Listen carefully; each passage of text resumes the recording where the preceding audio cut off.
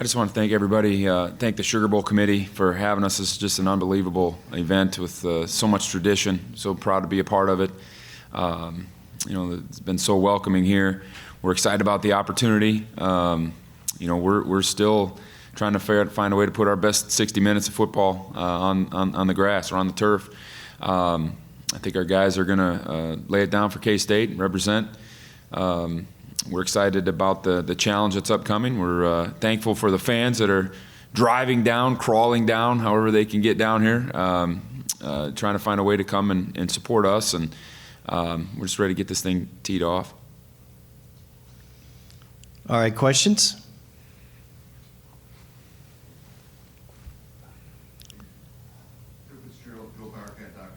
Joe, when you look at this Alabama offense, what goes through your head?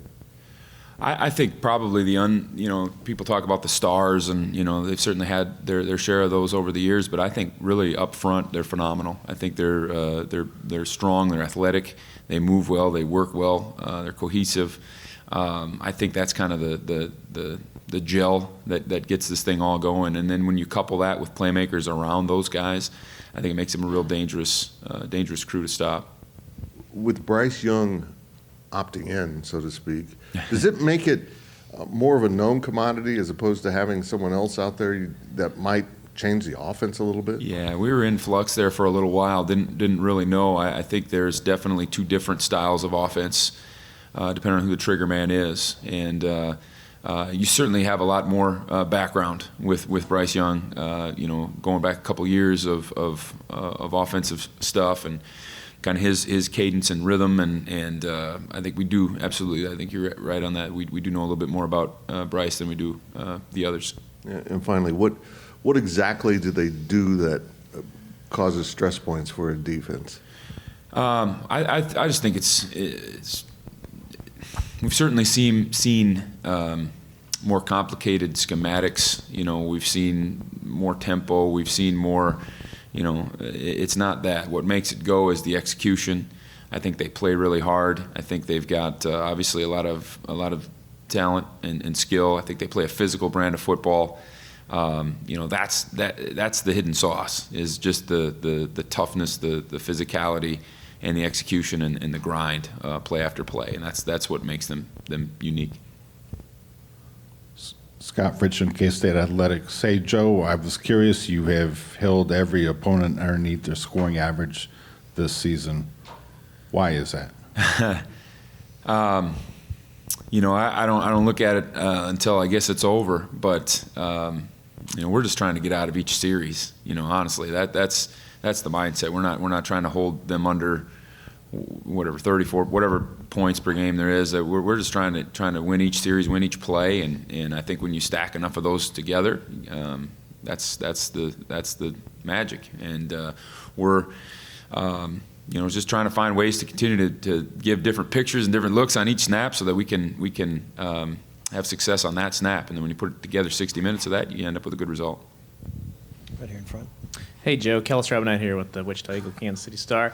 I know bowl prep is always a fun time for you guys because you get to look ahead a little bit, develop some guys, get them an opportunity to play a little bit more in practice. Who are some guys who've stood out to you during that time leading up to this game? From a developmental standpoint, I'm going to say Toby Asensami has been awesome. I think Jake Clifton continues to develop, and VJ Payne continues to develop and mature. I know those guys have played a little bit in games, but we've got some really young players that we're extremely excited about moving forward. From an older guy perspective, we're still pushing a lot of kind of these intermediate guys that are going to be the guys in the future, the Austin Moores and the Nate Matlacks and those guys into more leadership positions. We're just trying to set the stage for what the spring and the winter is going to look like for those guys as they, as the Eli Huggins and some of those guys move on. Who's gonna fill that void of being the voice in the room, and we're trying to push that on those guys as much as we can during this time also. I also wanted to ask, is Echo up to full speed right now? Yeah, Echo practiced yesterday. He practiced on Monday also. He seems to be not showing any ill effects of anything. I think he's ready to go. Derek Young with the K-State Online. Is it fair to assume that you guys weren't expecting any opt-outs either with, guys that could have done it with Deuce and Felix? And is that a product of your culture? Yeah, absolutely. We never really considered it, and I don't think there was any players that we had to have discussions with or that we were worried about. I think our guys are excited about representing K-State and just want to go out there and play. And what kind of goes through your mind when you know some of these players, you're coaching them for the last time? Yeah, it hadn't hit me yet. I try not to think about it. It's going to be really emotional. Just having that final meeting, that final walkthrough, that final, pregame kind of hullabaloo that we go through. It's going to be a lot. Been through a lot with a lot of these guys. Think about the COVID year, and think about, some of these guys. Eli Huggins was here when we got here, and it's going to be certainly a different feel without those guys in the room. Michael Goins, GoPowerCat.com. Joe, can you describe briefly just the evolution of the 3-3-5 defense and the changes you've made and how that's come along in 2 seasons? Yeah, a year ago we were just piecemealing things together as much as we could.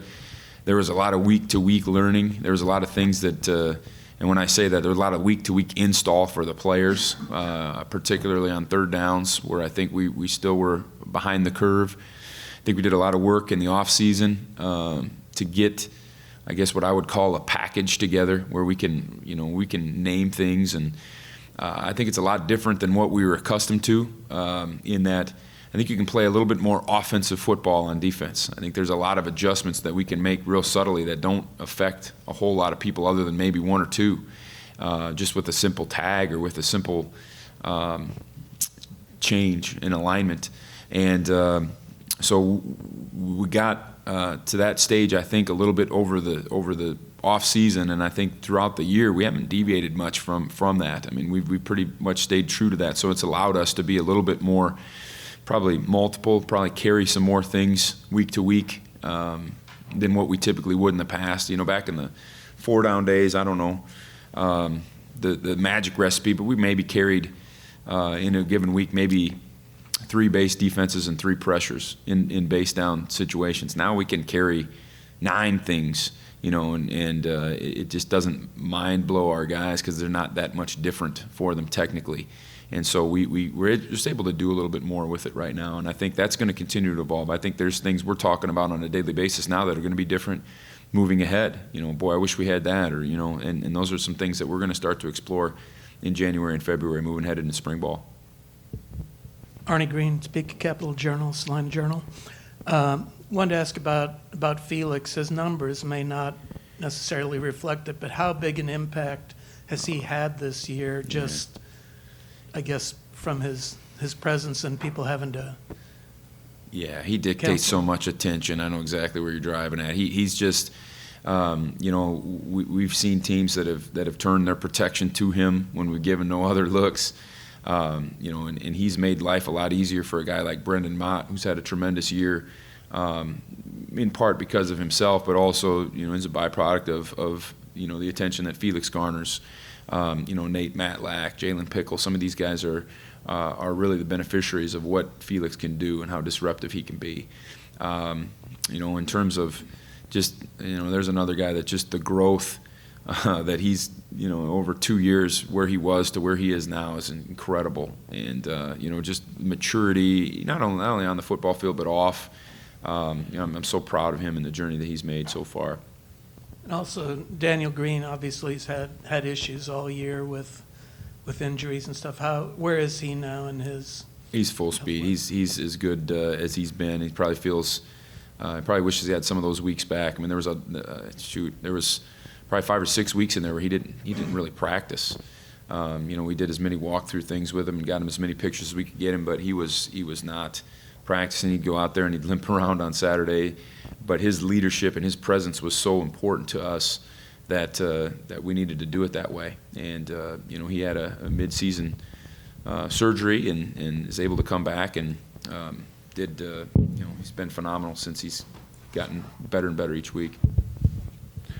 Ted Lewis, New Orleans Times speaking. And Coach, I want to go back to the conference championship game. Mm-hmm. What was the reaction by the defensive staff when you saw TCU going for it on 4th down?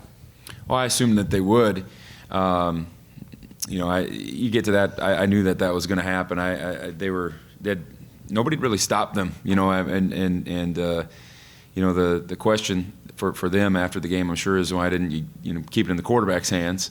Nobody really stopped their tailback either. I don't blame the play call. I just kind of knew what we were going to get, and we buckled down, and it's amazing to put something of that magnitude on one play or one technique. That's just phenomenal. But I didn't doubt for a second they would go for it. We have time for 2 more questions, please. Coach Cole Carmody, GoPowerCat.com. When you go back and you look at who Alabama's played this season, specifically the teams and their defensive structure, not a lot of 3-3-5 in there.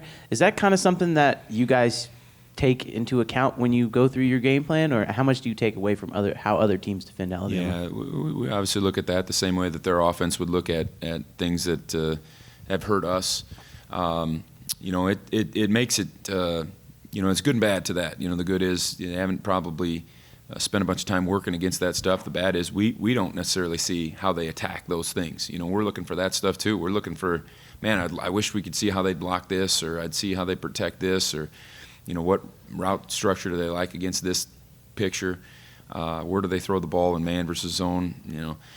Those are things that we're looking at that we sometimes have a hard time finding. It's been the evolution of the Big 12. For a while it was all 3 down while we were a 4 down team, and then we go to 3 down thinking we're going to get more pictures, and everybody else goes to 4 down. And it just kind of, it's the revolving door. So we got a little bit of anticipation and guesswork that we're putting into that right now. Hey, Joe. Tim Everson, Manhattan Mercury. You guys came into the season with a lot of spaces to fill in the secondary. You get Drake, Kobe, Josh, and the freshmen to come in. They all make a huge impact. Looking back on that process now, how pleased are you with how that process kind of turned out and the meshing of all that? It's a couple years in a row now where we've had to do that. A year ago with Reggie Stubblefield and Russ Yeast, and this year with all the players that you mentioned, and the surprising one in that probably none of them surprised me, because they're all just tremendous competitors, and they will work and do whatever you need to do to get the job done. VJ Payne, what he's done as a true freshman is sensational. I think he's been, fitting right along with that group, and I think the fact that he's with Kobe and with Josh and with Sincere Mason and with Drake and those older guys, he's kind of seeing how they operate and how you need to operate to play at an elite level. And I'm so thankful that those young guys got to spend time with those guys, even if it was brief.